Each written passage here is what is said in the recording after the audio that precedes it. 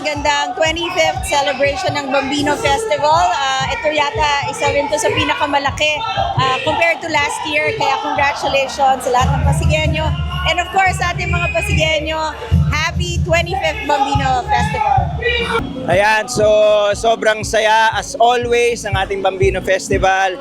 Lagi natin tandaan, Bambino man o hindi, may selebrasyon man o wala, kailangan na tayo nagmamahalan, nagkakasama, nagkakasiyahan siyempre. Sa lahat na ating ginagawa, kailangan gawin natin ng masaya, ng bukas sa loob, at saka para sa kapwa. So God bless sa atin lahat. Viva Pete Senior! Mula pa noong hindi pa rin ako elected official, sumasama na tayo sa Bambino. Napakasaya, no? Pero sana maalala natin, ito ay pagpapaalala sa ating pananampalataya, no?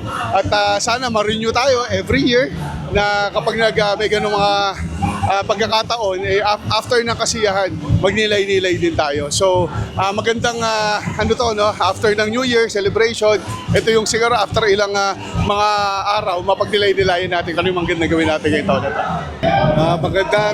Magandang gabi po mga Pasigueño. Pagdiwang natin at ipagsaya natin ang ika-25 pagdiriwang ng Bambino Festival.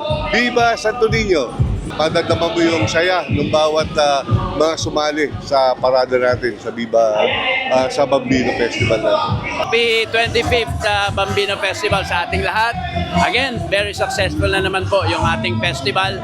Padami ng padami yung mga nagpa-participate, nakakatuwa. Natuwang-tuwa yung mga kapwa natin Pasigueño. Kaya congratulations po sa committee natin at sa lahat na nag-organize po ng ating Bambino Festival this year. I think it was successful compared last year, no? Kasi medyo mabilis yung flow. Kaya nabanggit nga ni Congressman Roman na kanina medyo mas maayos ngayon.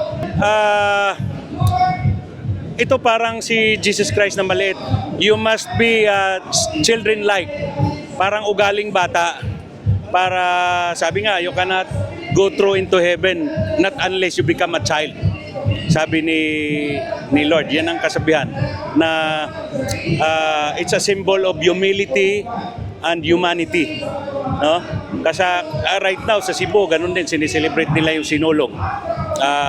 Way back 1521, it was bring by Magellan yung history, no? Kaya naging Christian tayo ang Pilipinas.